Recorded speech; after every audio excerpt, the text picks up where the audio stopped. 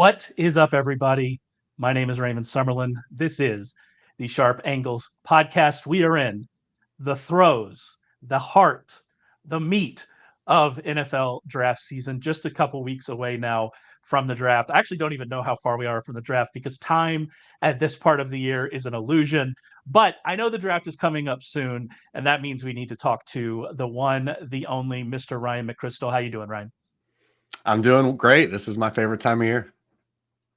Yeah, it's good. It's your busiest time of year probably at this point.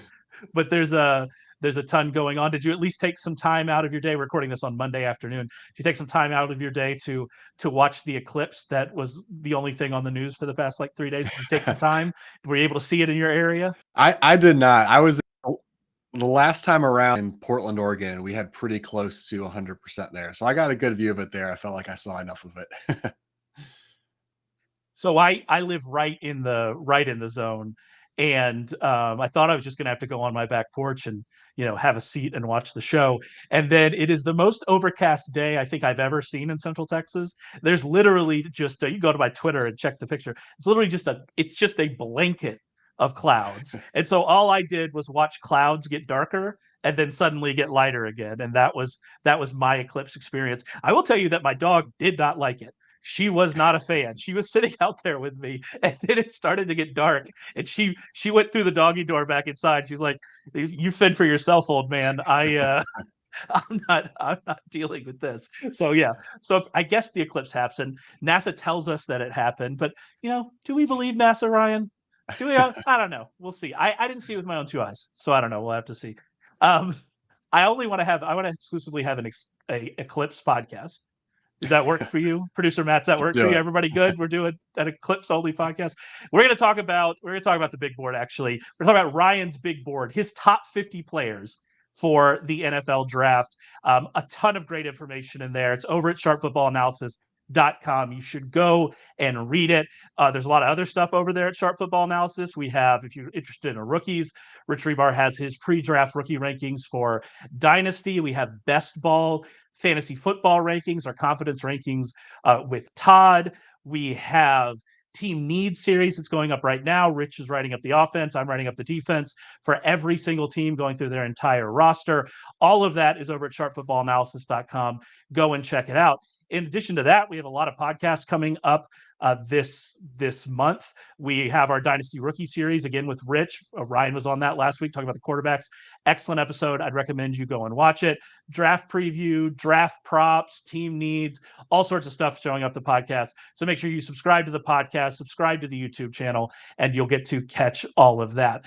Now let's get started with the big board. And I know you talked about quarterbacks last week with Rich, and so I don't want to talk a lot about quarterbacks, but I do think when you dive into your big board, one of the things that really shines out that you see is that you currently have Michael Penix as your quarterback 2. You have him ranked inside your top 20. That I would doubt that is the way things go in the draft. I doubt that's what most big boards look like. And so I'm really interested in kind of why. Why do you have Penix that high? What about him makes you so excited? Well, there's sort of two answers to that question, I think. The first is, Penix's skill set, which I'll talk about in a second. But the other is just sort of my philosophy, which Rich and I talked about in a little bit more detail. But yeah, I tend to be risk averse. If I were a GM, I'm not going to be the guy who swings for the fences with a Drake May or a JJ McCarthy in the top 10 and potentially embarrasses myself if they're a huge bust, because you're betting your career when you draft a quarterback in the top 10. So I would rather draft someone like Michael Penix, who probably doesn't have the ceiling. I think I would have to acknowledge that, even though I have them lower on my draft board. But Penix is so polished for a quarterback. Obviously having the extra year coming in and playing in an offense in Washington that is much closer to a pro style offense than really any of these other quarterbacks. Probably, I guess Bo Nix sort of a simplified version of a pro style offense at Oregon as well. Yeah. But I love the fact that he comes from that offense, and he has a big arm. He has downfield accuracy. There's just so many throws that he makes that are right on the money down the field. And I know I've seen some people question his accuracy, especially throwing down the field. I don't really see it that way, because what I don't see a lot of plays where he's throwing the ball and putting the ball in harm's way.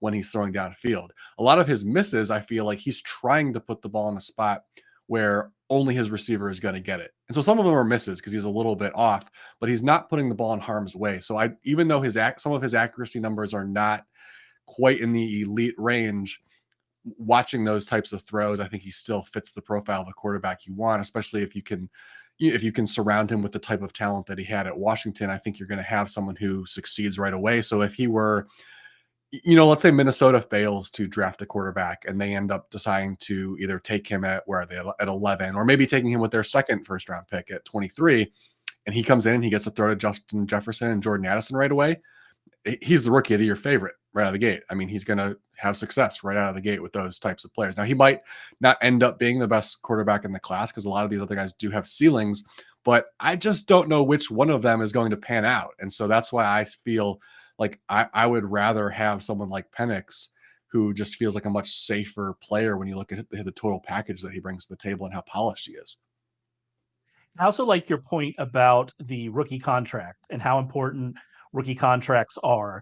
And if you have a rookie that plays well right out of the gate, which if you are prepared for that, like Penix probably is, he's probably more prepared to play immediately than Drake May or than JJ McCarthy, or maybe Jaden Daniels, right? He's more prepared to do that immediately. Then you're getting an extra year of that rookie contract that otherwise you wouldn't. I think that's a great point that you've made. We're seeing that with the Texans right now with CJ Stroud, and the fact that Stroud was so good right from the start that they're now able to go all in with him on this rookie deal. We see the Titans trying to do it with Will Levis. I mean, we'll see what Will Levis develops into, but to their credit, they see this. If they think Will Levis is going to be a long-term starter, opinions on that vary, I would assume, on this podcast, but they think that Will Levis is going to be a long-term starter. They're doing what they need to do to get that. And so if you're not going to waste 2 or 3 years of a rookie contract, that also gives him more value. You made that point last week, and I think it's such a good point. The other thing I'll say about Penix, and I don't study these guys, and I would never claim to be a draft expert. I don't study these guys at the level that Ryan does by any stretch of the imagination, or I would assume even at the level that many of our listeners do. But that game that he had against Texas, and I've said this to you before, that's one of the most impressive games I've seen from a quarterback in college in a long time. Like it's kind of like the Stroud game against Georgia. It is wild how good he was in that game. Yeah, and I think we talked about that last time too. If Texas had completed that comeback and knocked Washington out after that game, I wonder if the conversation about Penix would be a little bit different, because obviously he was not as good against Michigan. But if our lasting image of him, much like Stroud losing to Georgia after playing maybe the best game of his career, if that was our final impression of him, I wonder if there would be less doubt as to his worthiness of a first-round pick. Yeah. And the only other thing I have to say about Michael Penix as a Penn State fan is he didn't score. He was not in playing for Indiana, and I want that to be very clear that he did not score around the end. You can go watch the play. Penn State was screwed. Everybody knows that. All right, let's talk about some wine. That play still is burned into my brain. It was such a horror story in my brain, and I still like Michael Penix. So there you go. That's how much I like him. There we go. Let's talk about the wide receivers. One of his wide receivers is part of this top 3. You have all 3 of them in the top 5 with Rome Udunze, Malik Nabers, and Marvin Harrison Jr. You have Marvin Harrison Jr. ranked number 1 on your big board. I think, again, when we kind of first, like right after the Super Bowl, we did like a what should we be paying attention to into the draft kind of podcast. And I believe I asked you this question then. Are we looking at a historic class? It seemed like maybe you didn't know if the depth was going to be that good, but I mean, where you have these top 3 guys, this feels like one of those wide receiver classes, like we're going to look back on and say, okay, this was a monumental receiver class that kind of changed the league a little bit. Well, it's certainly a historic class in terms of the excitement. Like, it's not very often that we have 3 guys who are, I mean, there've only been 6 instances of 3 receivers going in the top 10. And, even in some of those years, it wasn't like we were talking about the 3 guys who went in the top 10 as absolute top 10 locks. So it's pretty rare that we're talking about this much excitement entering the draft with these types of guys. However, history would tell us it's not going to be a historic class, because at least one of these, and maybe multiple of these guys are going to be busts, because just, across the board, we're really bad at figuring out who the best wide receiver is in a given draft class. It looks easy to it. Like this year, it looks easy. I haven't seen anybody argue that these aren't the top 3 guys in some order: Harrison, Nabers, and Udunze. but there have been lots of years where we think it's obvious and it's just not. I mean, I went back and looked at the other instances of there being 3 receivers in the top 10, and usually 2 of them at least are busts. We had the best example is the most recent one: Jamar Chase, Jalen Waddle, Devontae Smith. That is trending in a pretty strong direction right now. And maybe, who knows, maybe this one will match that. But before that, there was Corey Davis, Mike Williams, and John Ross in 2017. That's exactly the one I was thinking of. That is exactly the one I was thinking of. Like, and John that's Ross one of the better ones. My heart. Yeah, it broke my And that's actually one of the better years because, Mike Williams is a pretty good player. Yeah. Corey Davis had some success in the league. Before that, we had Braylon Edwards, Troy Williamson, and the other Mike Williams. That's basically 3 busts. Braylon Edwards had 1 good year. Before that, we had Larry Fitzgerald, Hall of Famer, obviously. But we had Roy Williams and Reggie Williams. That was a pretty rough year. Peter Warrick, Plaxico Burress, and Travis Taylor, rough year. And then Michael Westbrook, Joey Galloway, and J.J. Stokes. So history tells us. Hold on. Yep. J.J. Stokes went that high? Yeah. I had no memory of that. That's wild. So history would tell us one of these players is going to be really bad, because you look through that history, and other than that 2021 year, there's a bust in every group. So we'll see what happens, but probably one of these guys is going to disappoint. Yeah, J.J. Stokes had a good career, but I had no idea. That he had gone quite that high. Yeah, I mean, that John Ross year, because I did really like John Ross, and obviously that was a big miss for me. That one does really stick in my brain, and is one of the reasons I do continue to get concerned. But like you said, the excitement for these top 3 is extremely high in a draft that does also have talent elsewhere, and so that makes it pretty interesting.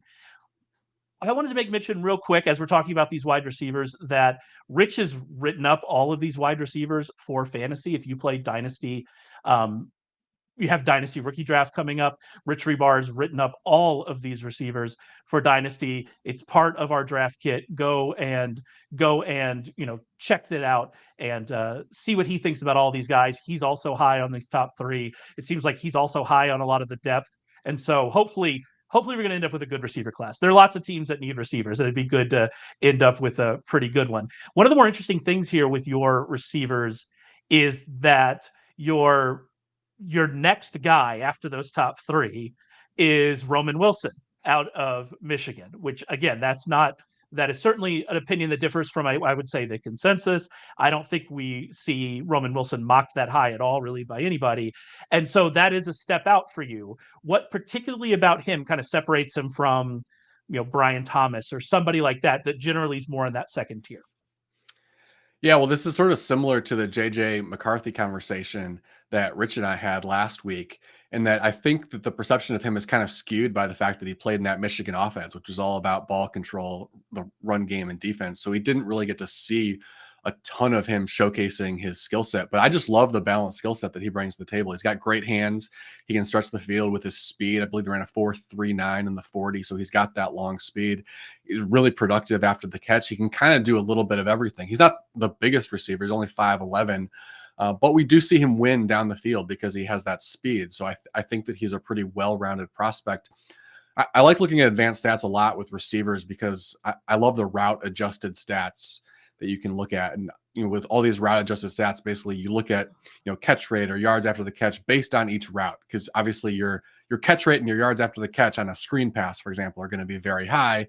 On a go route, much lower catch rate, not as many yards after the catch typically. So you kind of balance it out based on what they were asked to do in that offense.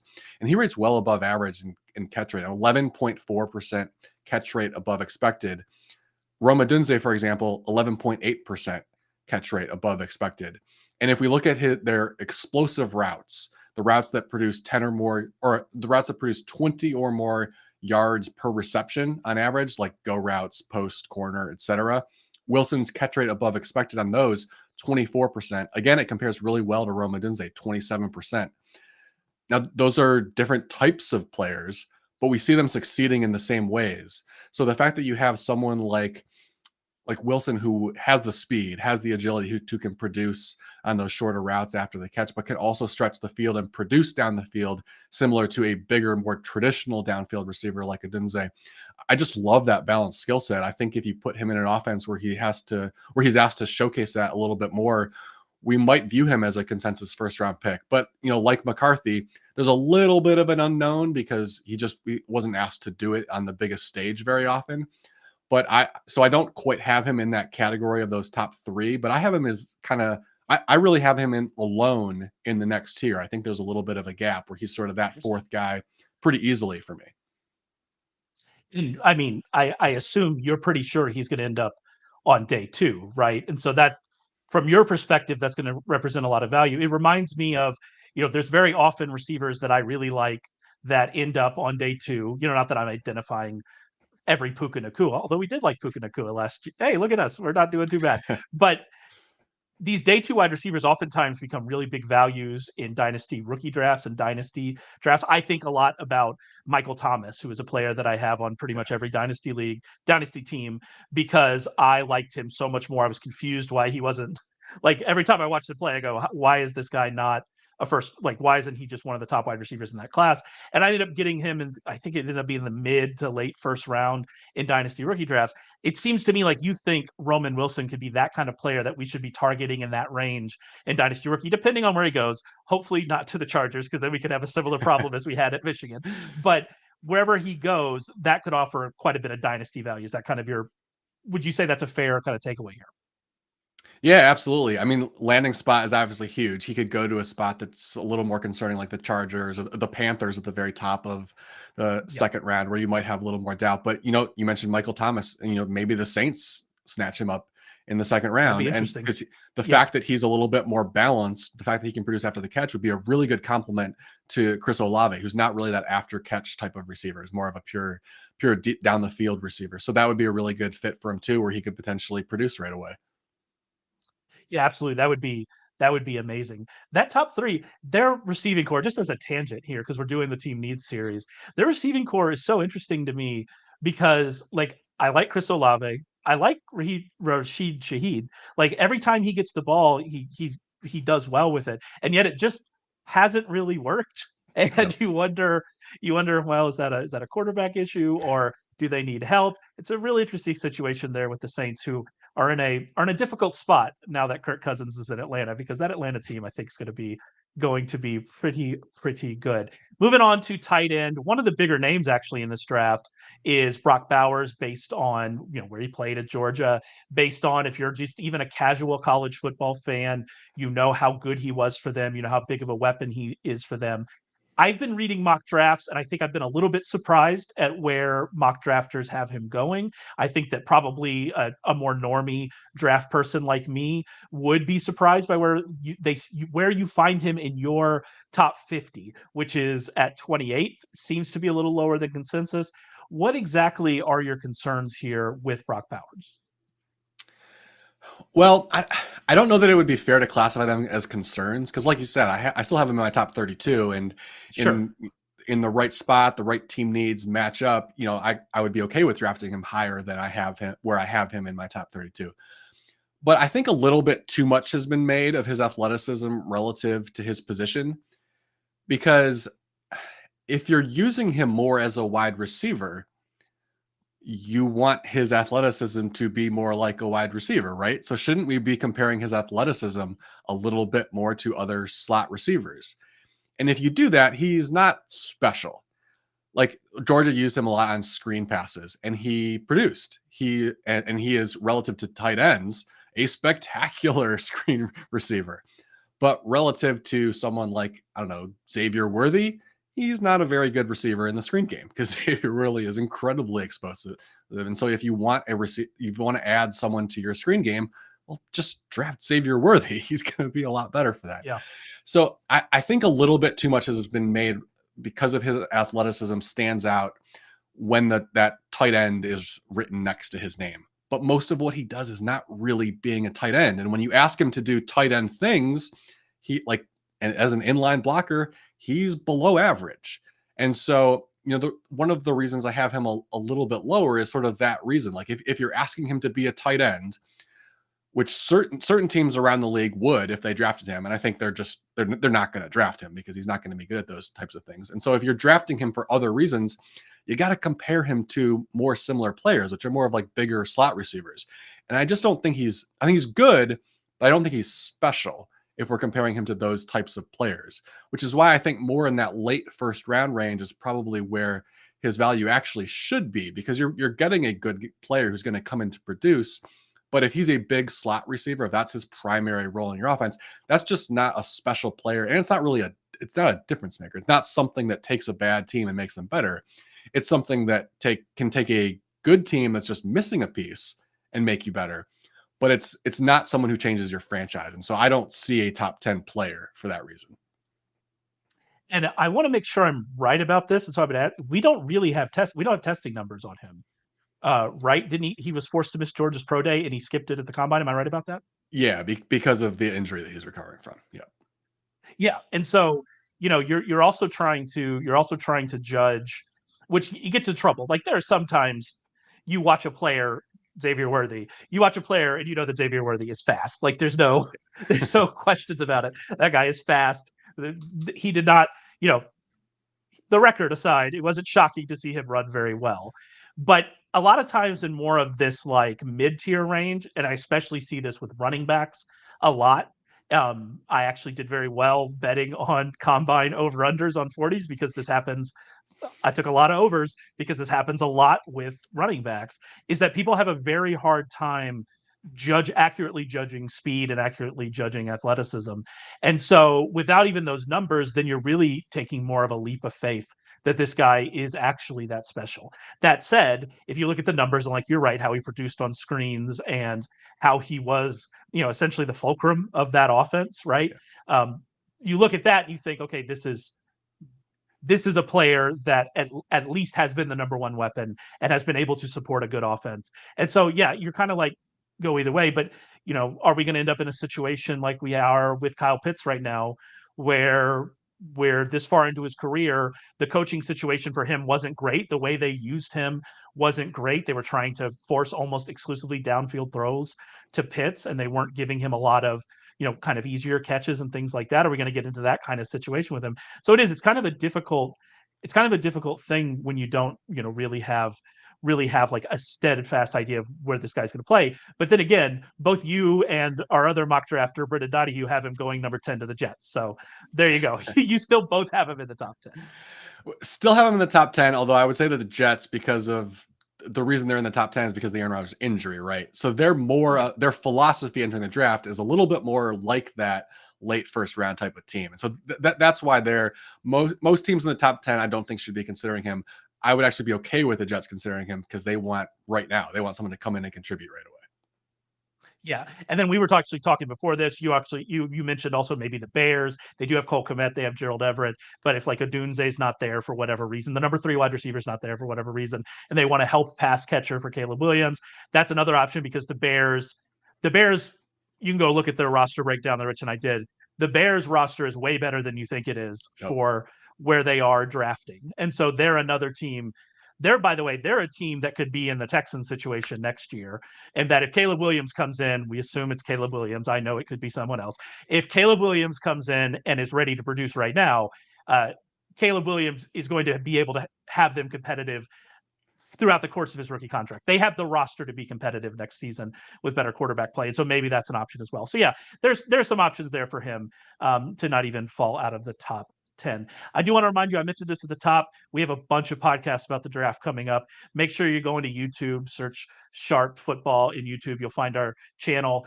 Subscribe there. We have a newsletter that comes out. It was sent straight to your inbox with all of our content. Go to sharpfootballanalysis.com, subscribe to that. There's a ton of information coming at you over the next few weeks, so make sure you get that. I want to transition to talking about the offensive tackles. It does seem, before we get to the tackles, it really seems like the top of this draft is very offense heavy. I went through your big board and I kind of split it up into offense and defense. And not only were there more offensive players in your top 50, it wasn't a huge difference. I think it was 27-23, but there were more offensive players in your top 50. There were a lot more offensive players in your top 25 than there were defensive players. And a lot of those players were offensive tackles. You have 5 offensive tackles in your top 15. So it seems like not only is this draft a offense heavy draft, this is also an offensive tackle or at least offensive line heavy draft in terms of talent. Is that a fair takeaway? Yeah, definitely. I mean, like you said, offensive line is this probably the strongest, not only at the top, but also a pretty deep class, both at tackle and the interior offensive line as well. Receivers, we already talked about, strong at the top and a pretty deep class of receivers as well. And obviously quarterbacks, not a deep quarterback class, but we do have 6 guys who are at least in the first round conversation. So the top of the draft is pretty strong at quarterback as well. So this definitely, anyone who's looking for offensive help, especially if you have a couple picks in the top 50, you have the potential to really make a dent there. And I want to talk specifically about a few of them. You have Joe Alt at number 3 on your big board out of Notre Dame. You have Olu Fashanu, who obviously has my heart, out of Penn State, at number 6. I obviously have. I think Fashanu is. You should take Fashanu number 1 overall in my in my opinion. But I mean, both are clearly elite based on where you have them. What specifically about Alt gives him the edge? I mean, having a tackle top 3 in this, I mean, that says a lot about kind of what he is as a prospect. Yeah, I mean, I have very similar grades on the two of them. I don't see a huge difference. So like if you miss out on Alt, you're not, you're not settling for like a bad backup plan. Like you're getting a guy who's right there. And who knows who's ultimately going to end up being the better player. I give a slight edge to Alt basically because he's a little bit bigger, and I think it shows up in his play being he just looks a little bit stronger. When he's really challenged with a bull rush, he seems to hold up a little bit better. Seems to get a little bit more push in the run game. I mean, there are marginal differences there, but that's the one area where I feel like I can maybe separate them a little bit. But like I said, it's small. And in pass protection, I don't see a huge difference. I think they both have the potential to be elite. And then the other offensive tackle you have in the top 10 is Talizi Fuaga. I think it seems to me from what I'm reading is that he is amazing in the running game, but there might be some questions about his ability to stay at tackle in the NFL. Is that fair? Yeah, maybe. I think it's going to depend on every team's going to view him a little bit differently because he's a little bit more unique. He isn't the tall, really athletic looking tackle. He's more of like the short, stout. He looks like a run blocker, but I think his pass protection is maybe a little bit underrated just because of what he looks like and because that was a run heavy offense at Oregon State.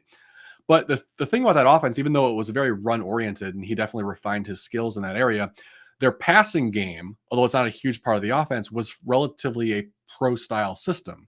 So we've seen him have to hold up while the quarterback is taking longer dropbacks, and he was fantastic. And there were quite a few good pass rushers in the Pac-12 that he had to go up against.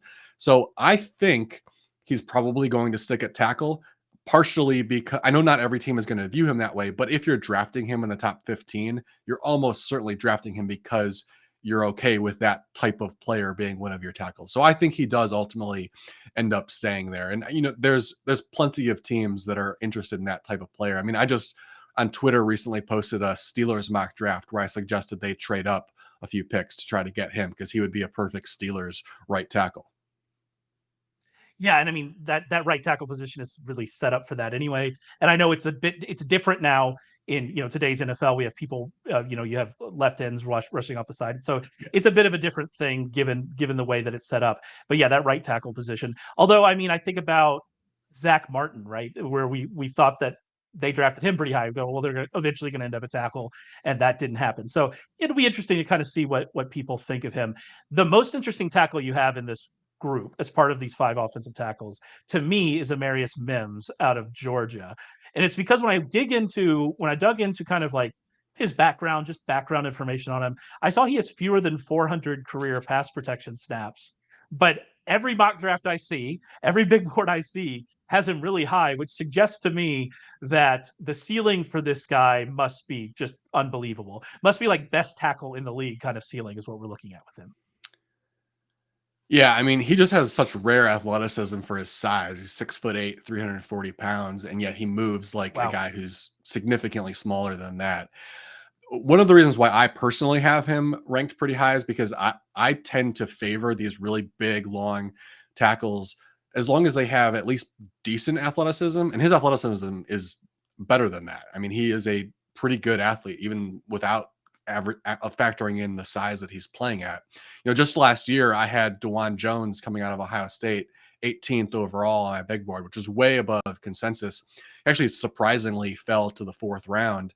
But then he made the all-rookie team for the Browns. I mean, he stepped in at right tackle when they needed him because of injuries and was pretty good right away. I like that type of lineman so long as they have at least decent athleticism, because it gives you a little bit of a higher floor. Like if you're a 6'5", 260-pound pass rusher, and you're going up against a 6'5", 300-pound offensive lineman, that weight difference is not huge. And so the guy who's going to win is probably going to be the guy who's going to win most often, at least, is going to be the guy who has the quicker first step. But if you're 6'8", 340 pounds, it's just a lot harder to get around somebody like that. Like at a minimum, you have to move around a really, really big body. And so it just gives you just an extra half step of margin for error when you're playing at that size. And so if you're that size and you can refine your skills, you're probably going to be pretty good. And so that's why someone like DeJuan Jones, who he did not have Amarius Mims' athleticism, but if you just refine the skills enough, you're going to do fine, because it's just such a huge advantage to be that size and try to block someone. Everyone you're going up against is much smaller than you. So with Mims, when he's that size and he's a much better athlete than DeJuan Jones was, the ceiling is huge. You've just described how I exist in public, constantly not trying to hit people. I sway. I'm a swayer.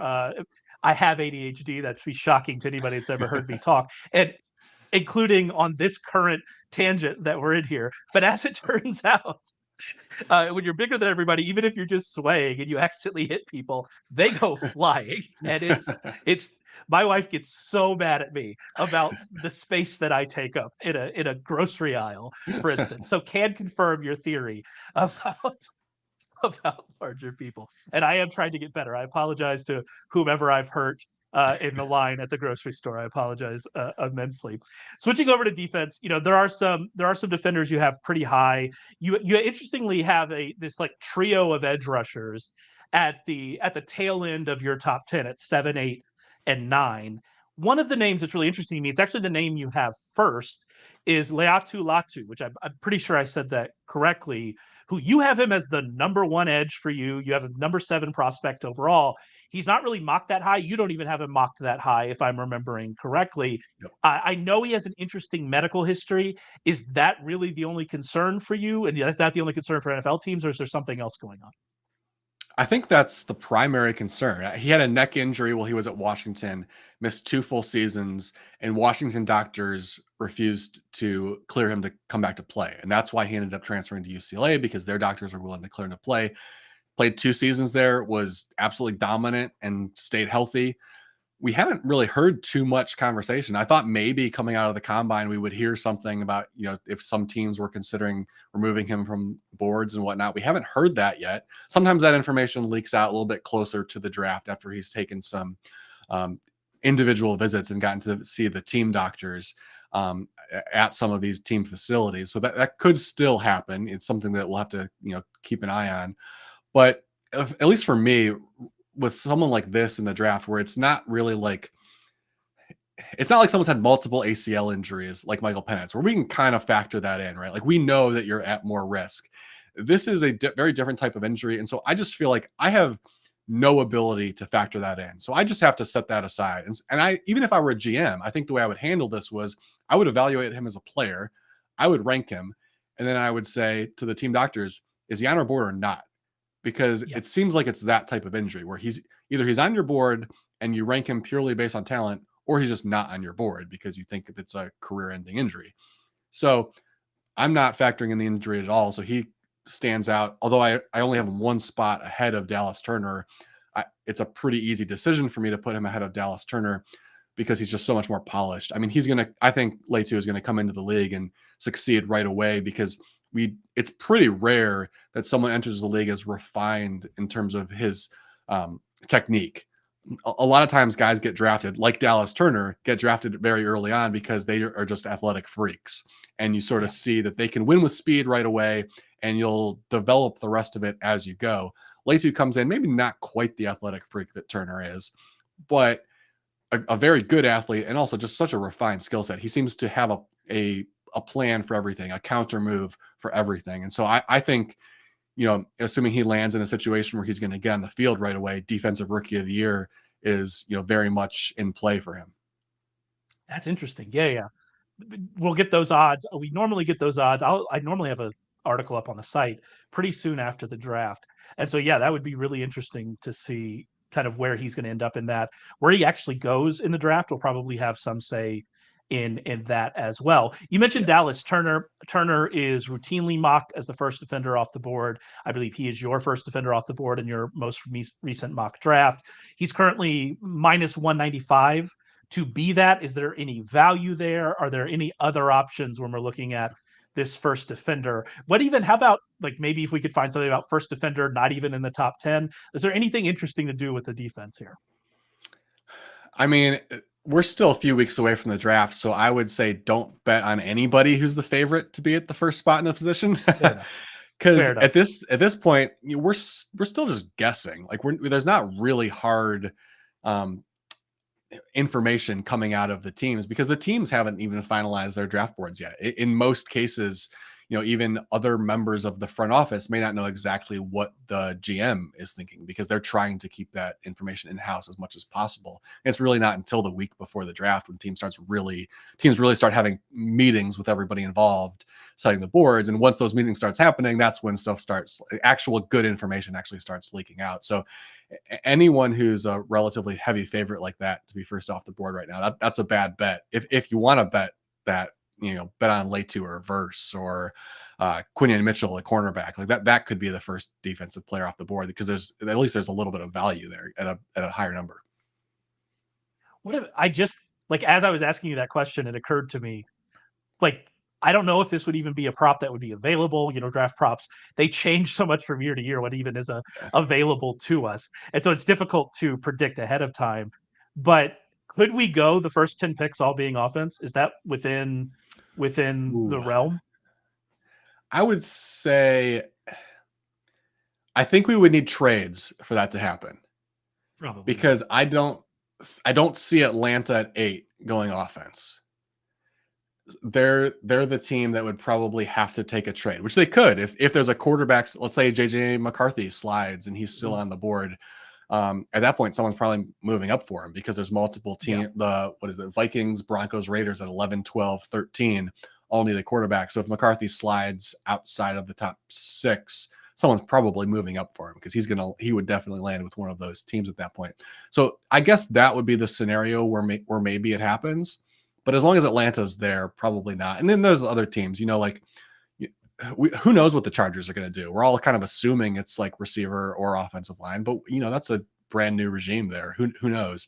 Obviously Harbaugh, is very run game and defensive oriented, which makes us think offensive line, but they could draft maybe they take the first defensive player. That's within the realm of possibility too. Harbaugh's ode to the offensive line almost locked into my brain that they're taking.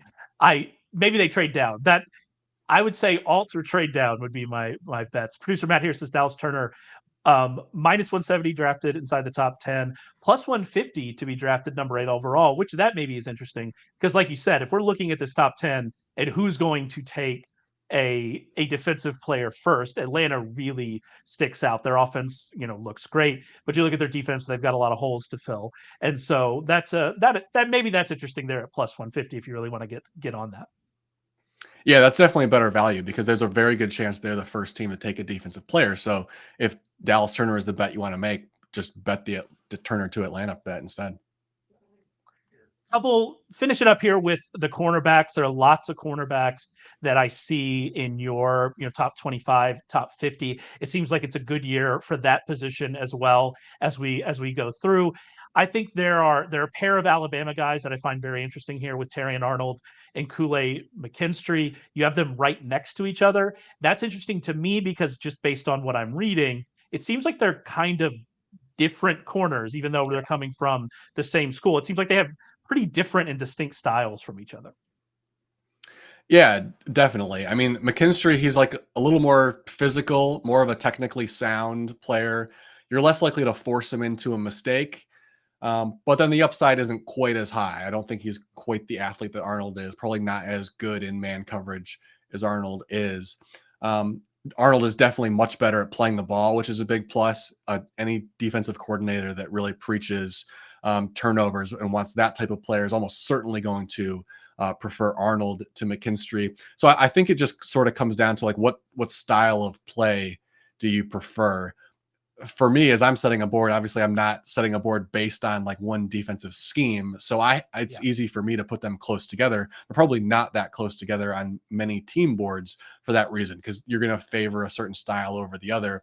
But for me, I see both of them having, similar potential so long as they land in the system that suits them best.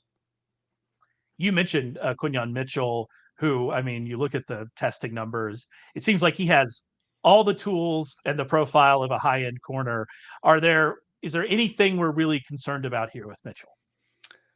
This is tough. I have him graded very close to Terrion Arnold and Kool-Aid McKinstry, and I've made some changes in my notes. Like, should I have Mitchell number 1? Because the ceiling seems like maybe it's a little bit higher. I kind of want to do that, but he played at Toledo, and so the question is, can you be an elite cornerback coming from the MAC? And I think he would probably be the first to ever do it if he were. It's a big leap coming from that level of competition. Obviously, if you extend it beyond MAC and just, look at FCF's cornerbacks and whatnot, we've had guys who have come from lower levels of competition and succeeded, but it is a big jump because you're just not facing anywhere close to the wide receiver talent. And so someone like Mitchell, it seems like he's always around the ball. He's always step for step with receivers when you look at his game at Toledo.